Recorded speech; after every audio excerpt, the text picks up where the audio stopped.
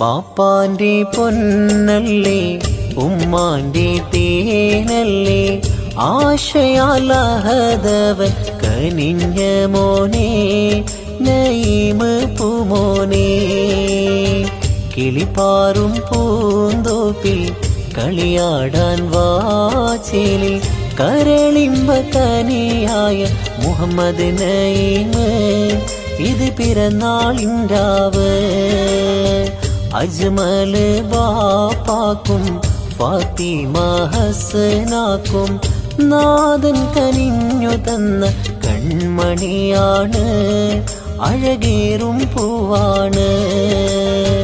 പൊന്നാരപ്പെങ്ങളാകും നൈഷായിഷൽ മോളും